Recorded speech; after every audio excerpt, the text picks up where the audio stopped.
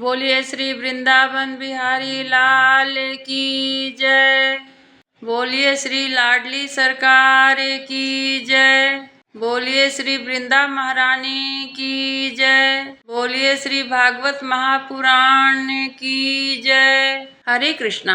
आज मैं आपको भागवत सप्ताह में भक्ति माता तथा उनके दो पुत्र ज्ञान और वैराग्य इनके बारे में बतलाने जा रही हूँ। आप समझिए कि हमारे जीवन में भक्ति तथा ज्ञान वैराग्य किस प्रकार से आ जाता है।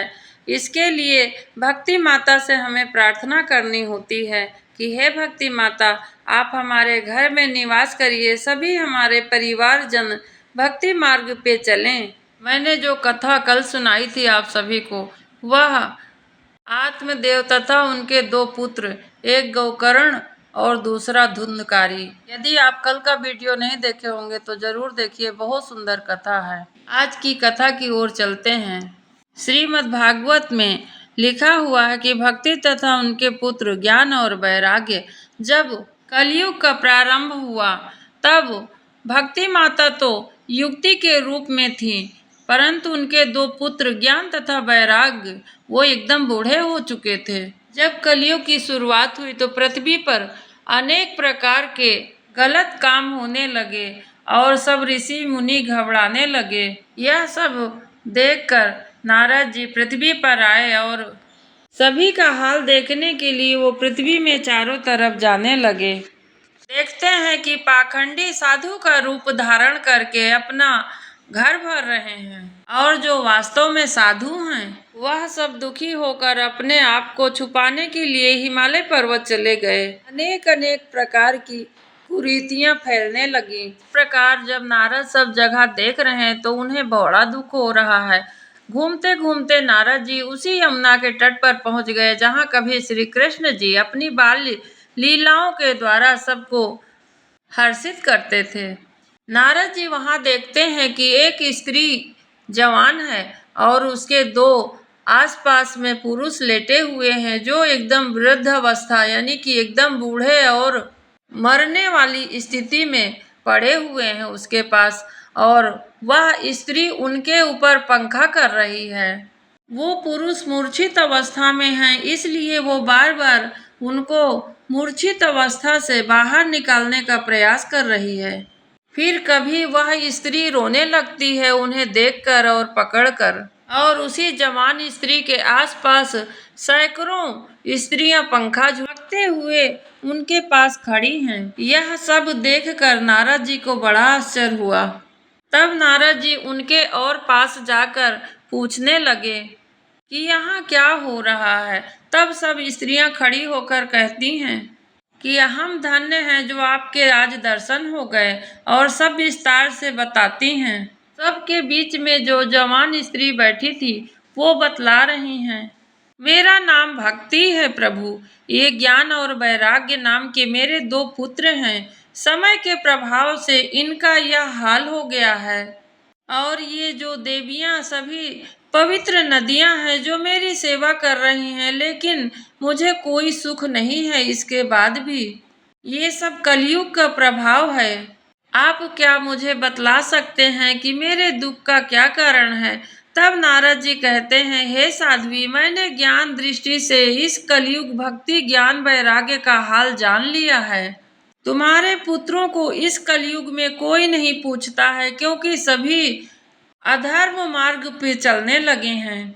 इसीलिए तुम्हारे दोनों पुत्र ज्ञान और वैराग्य अति दुर्बल हो गए हैं। इस पर भक्ति माता कहती हैं, हे प्रभु, मुझे अब क्या करना चाहिए जिससे मेरे पुत्रों का बुढ़ापा छूट जाए। अब यह देखकर नारद जी विचार करने लगे और वेद की ध्वनि करी। नारद जी जब वेद शास्त्र भी सुनाए तब भी कुछ फर्क नहीं पड़ा। तब नारद जी ने सोचने लगे कि अब क्या करूं, किस प्रकार से इन दोनों का उद्धार होगा। तभी वहां आकाशवाणी होती है और वो कहते हैं, गीता का पाठ करो। इस प्रकार नारद जी गीता का पाठ भी सुनाने के बाद भी जब ज्ञान वैराग्य में कोई परिवर्तन ना हुआ तो दुखी होकर और संत महंत के पास जाते हैं। ऋषि मुनि से पूछते हैं कि किस प्रकार उनका उद्धार हो, परंतु कोई उत्तर नहीं मिलता है। वे सब कहते हैं यह असंभव है। यदि आपके जैसे ऋषि नहीं कर सकते हैं तो हमारी तो कोई बात ही नहीं है। आगे बढ़ते हुए नारद जी देखते हैं कि सनकादि आदि आ रहे होते हैं। तब नारद जी उनको प्रणाम आदि करके खड़े हुए। तब सनकादि आदि कहते हैं कि नारद जी, आप हमेशा प्रसन्न रहने वाले आज बड़ा दुखी भाव से कहाँ घूम रहे हैं। तब नारद जी कहते हैं, भक्ति तथा उनके दो पुत्र ज्ञान और वैराग्य बड़े दुखी अवस्था में बैठे हुए हैं यमुना के किनारे। भक्ति तो युवा हैं, परंतु उनके दोनों पुत्र मरणी अवस्था में हो गए हैं। मैंने उन्हें गीता भी सुनाया, परंतु उसका भी कोई असर ना हुआ उन पर। इसी कारण मैं बड़ा दुखी हूँ। इस पर सनकादि कहते हैं, ज्ञान वैराग्य और भक्ति सबको हम पुष्ट कर देंगे, परंतु उनको श्रीमद् भागवत कथा श्रवण कराना होगा। अभी भी सब कुछ भागवत में ही विराजमान है। यदि श्रीमद् भागवत का अनुष्ठान हो तो अभी सब कुछ ठीक हो सकता है। यह बात नारद जी आप भी जानते हैं, क्योंकि जब व्यास जी चिंतित थे तब आपने उन्हें बतलाया था। अब यह बात निश्चित करके कि श्रीमद् भागवत करेंगे और सभी लोगों को यह बात बतला दिया गया। सभी सिद्ध पुरुषों ने एक से दूसरे, दूसरे से तीसरे, हर ऋषि मुनि को यह बात को बतला दी गई। सभी वहाँ एक से एक सिद्ध महापुरुष जितने भी थे वो सब वहाँ पर आ गए। सभी लोग हरिद्वार आनंद घाट में भागवत महापुराण सुनने के लिए आ गए। अब आप जानिए कि कौन कौन ऋषि वहाँ पर आए। आपको संक्षेप में बतलाती हूँ। विश्वामित्र, पराशर ऋषि, भृगु, वशिष्ठ जी, गौतम जी, परशुराम, अनेक अनेक जितने भी ऋषि थे वो सब वहाँ पर आ गए। और जितने वेद शास्त्र थे, उपनिषद और जितने भी ग्रंथ थे सब वहाँ भेष बदल के आ गए। सभी जितनी नदियाँ थी वहाँ पर देवी रूप धारण करके वो भी वहाँ आ गईं। श्रीमद् भागवत कथा महापुराण की बड़ी महिमा है। समस्त दिशाओं में जितने भी ऋषि मुनि थे और जितने भी देवी देवता सब वहाँ पर आकर बैठ गए। अब वहाँ आसन जो दिया गया उस पे सनकादि चारों भाई बैठ गए। तो भी देवी देवता ऋषि मुनि सब उनकी वंदना करने लगे। श्रोताओं में सबसे पहले वैष्णव जन को बैठाया गया। जब सभी लोग बैठ गए तो शंख की ध्वनि से चारों तरफ गूंज उठा, श्रीमद् भागवत महापुराण की जय।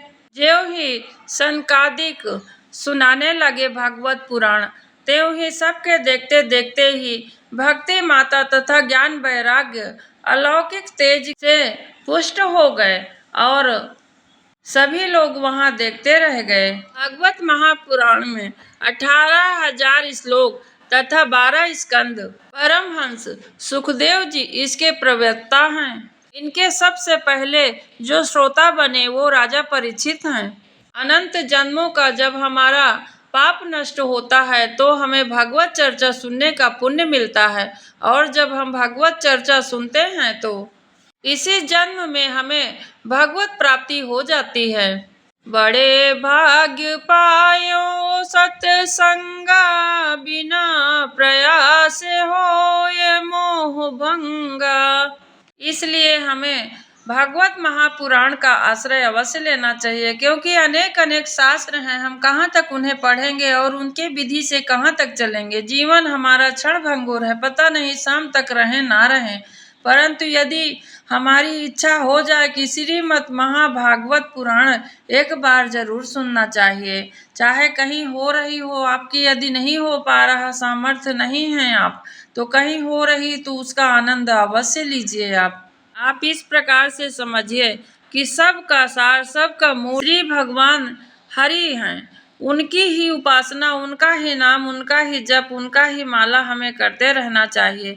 क्योंकि हर प्रकार से हम कोशिश कर लें परंतु नहीं हो सकता। हमारा इस कलयुग में हम पूरी तरह से पवित्र ना है आहार, ना विचार, ना व्यवहार, परंतु हरि नाम है हमको जो शरणागति बनाकर पार करवा देगा। जिसके घर में रोज चाहे आधा घंटा ही सही, यदि भगवत चरित्र होता है, भगवान की लीला कथा होती है और दूसरा कोई आता है, उसे आदर पूर्वक बैठाकर भगवान की लीलाएं सुनाई जाती है, वहाँ निश्चित ही भगवान का आना होता है और भगवान अपने भक्तों को परम पद देते हैं। आप और हम ये बात समझें कि अगला जन्म क्या पता सुअर, कुत्ता, बिल्ली, कौन सा जीव का जन्म होगा, परंतु इस बार कुछ अच्छे कर्म के कारण हम मनुष्य शरीर प्राप्त किए हैं।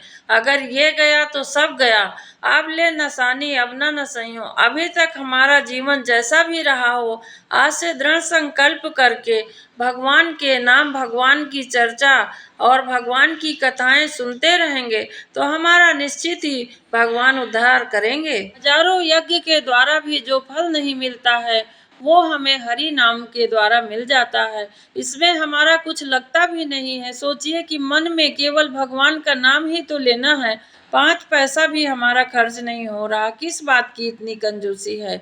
हमें भगवान का नाम लेना आवश्यक है तो हम क्यों न लें? इसी के लिए तो हमारा जन्म हुआ है। बाकी सब कुछ करते हैं परंतु नाम ही नहीं लेते हैं भगवान का, जिससे हमारा उद्धार हो जाता है। आप बीज को 1 साल भी डब्बे के अंदर भर के रखे रहेंगे, कभी अंकुरित होने वाला नहीं है। जब उसे जमीन पर डालेंगे और उस पे पानी खाद डालेंगे, तभी उसमें अंकुरित होगा। उसी प्रकार भगवान ने हमें शरीर, मन, बुद्धि, ज्ञान सब कुछ दिया है, परंतु अगर हम उस बीज को डालेंगे ही नहीं अपने शरीर में, तो किस प्रकार से हमारी उन्नति तथा हमें भक्ति प्राप्त होगी। कथाएं अनेक प्रकार से आप सुन सकते हैं, हजारों कथाएं सुने भी होंगे, परंतु जब तक दृढ़ निश्चित होकर आप अपने मन को नहीं बैठाते हैं कि आज से हमें इस काम पे ही लगना है कि भगवान की लीला, गायन, चरित्र और नाम के सहारा लेना है, तब तक कुछ नहीं हो सकता हमारा उद्धार। आज के लिए बस इतना ही। हरे कृष्णा। बोलिए श्री वृंदावन बिहारी लाल की जय। बोलिए लाडली सरकार की जय। बोलिए श्री भागवत महापुराण की जय। हरे कृष्णा।